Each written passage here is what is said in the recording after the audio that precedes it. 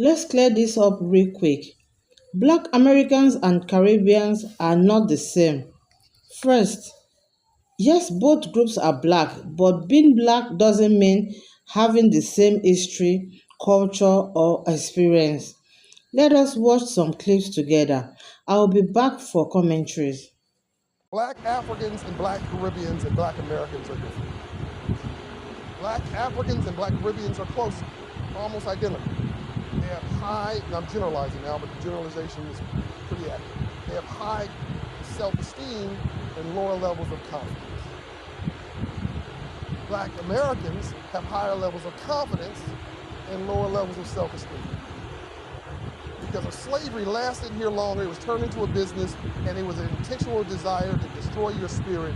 Because if they had this black man here, coming here with all that build and all that brawn from that. By the way, they say they went to Africa. Oh, we're dumb, we're stupid. Knock that off. 1500s was an agricultural age.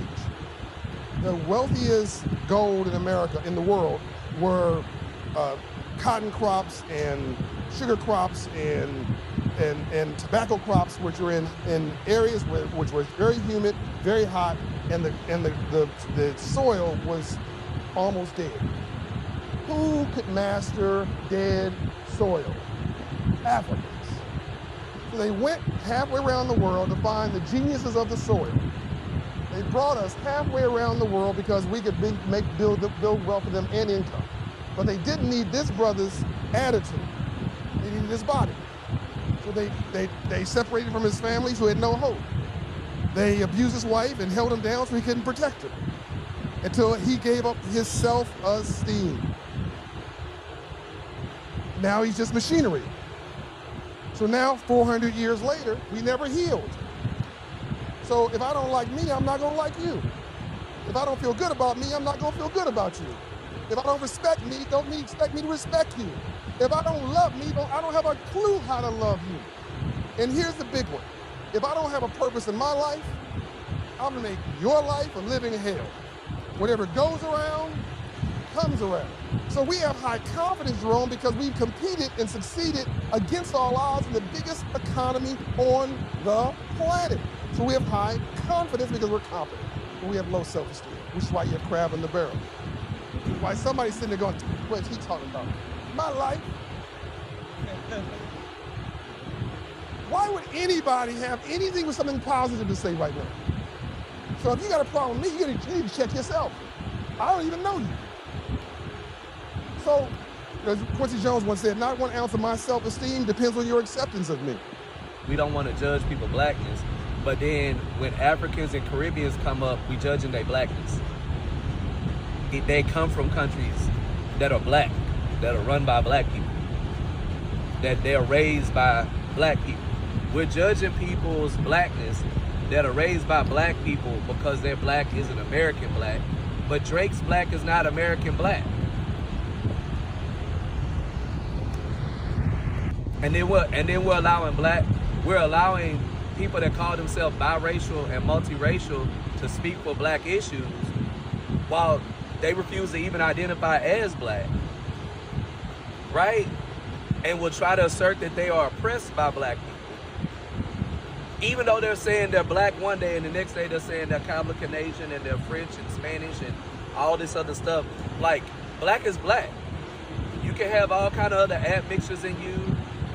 The question about Drake's blackness is not about racial identity. It's not about ancestry. It's not about whether he has a black parent or a black relative. But that does not equal loyalty to black culture. Dr. Martin Luther King Jr. is not celebrated because his skin color was black or because his parents was black. Dr. Martin Luther King Jr. is celebrated because he helped pass the 1964 Civil Rights Act that led to a completely different life for black people and for non-black people. That's why all people, whether they black, biracial, woman, man, gay, straight, that's why all different groups of people, Jewish people, everybody celebrate Dr. Martin Luther King Jr. because of his culture, because of the way he lived, because of who he stood up for. It was not just because he was born black. Being born black is an aspect of your character. It does not define you in totality. And simply being black while you mishandle and are irresponsible with black culture, that doesn't get you the same respect as everybody else simply because your skin is black. Make it make sense. Y'all choose to pick up and put down the black struggle when y'all want to. Y'all be trying to redefine this black thing. If this is your first time here, I am glad you have found this channel. Please don't forget to like and click the notification bell respectfully. And as always, credit goes to the original creator of the video clips used in this episode. And for disclaimer purpose, these videos are for educational commentaries and is not meant to aid or discriminate anyone. Let us watch more clips. Caribbean people, we don't realize our privilege. We say we are very dismissive of the Black American experience. Oh, you always have a chip on your shoulder. You want to just keep your head down and just work. And it's like, yo, we grew up having black teachers, black politicians, black leaders, black doctors, black dentists. Not to say we don't have colorism, classism, Exactly. and versions of racism in the Caribbean, but we are very privileged. Like we can walk in anywhere and we're the majority, 99.99999% of the time. It amazes me how everybody's fixated on Black Americans when it comes to these comparisons. And I feel like it's just a distraction from their own problems. Because I'm trying to process this Caribbean privilege that's over Black Americans. There are several communities and cities and states throughout America that's predominantly black. We could take Georgia. There's black doctors, there's black judges, there's black people in government positions of power. Over 40% of black people in the state of Georgia are homeowners. Atlanta by itself, you have over 11,000 millionaires. Now we could take some place like Jamaica, which is one of the islands in the Caribbean that have one of the largest black populations, and they're like 90% black, but the 10% non-black people control 60% of the wealth in Jamaica. They don't have home ownership like that. So matter of fact, tourism took the whole Caribbean, all of the islands, and turned them into plantation.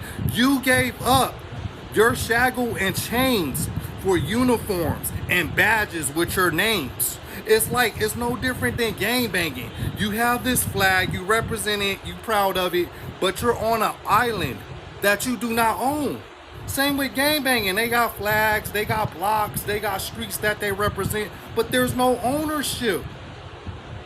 So where is this Caribbean privilege at? I'm trying to really understand, because you don't even own nothing on your island. The white man owns it, the Chinese run it, and you just run around in it.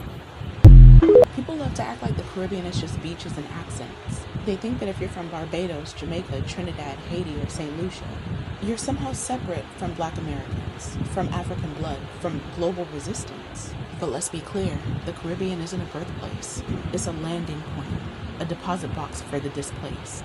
The Caribbean diaspora is a result of theft, of people stolen from West Africa and dragged across the Atlantic and forced into sugarcane fields with whips at their backs. It was one of the most brutal slave economies in the world, and Europeans made damn sure of that.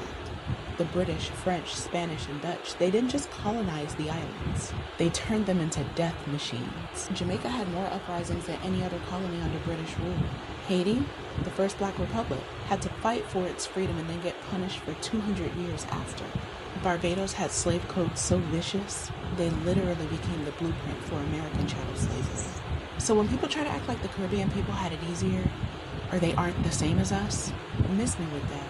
We're cousins, not competitors. And we're all born from the same fire. And the diaspora isn't just about being scattered. It's about what we built once they tried to break us. Caribbean folks shaped Harlem, Brixton, Toronto, Panama, and Belize. We spread language, culture, rhythm, and rebellion everywhere we landed. From Garvey to Marley, from Claudia Jones to Shirley Chisholm, we didn't just survive the Middle Passage. We rewrote what survival could look like. So yeah, the diaspora is real. It's fragmented, complicated, painful, but it's also brilliant. It's resilient, and it's interconnected. Whether you're from Kingston or Crown Heights, Port-au-Prince or South London, you're the descendant of people who refused to stay buried. And every step you take is an answer to that legacy. We're not lost. We're everywhere. Caribbean people come from islands like Jamaica, Haiti, Barbados, and more. Their history is also connected to slavery, but their cultures develop differently depending on the island. For example, different accents and languages. Some speak French and some speak Spanish. Different food and traditions. Even though both groups have African roots, their identities grew in completely different environments. You can't just group everyone together and say they are all the same because different struggles, different cultures, different identities. In conclusion, respect the difference, understand history. What do you think? I want to hear your thoughts on comment section. Don't forget to like and subscribe. Thanks for watching. See you in my next video.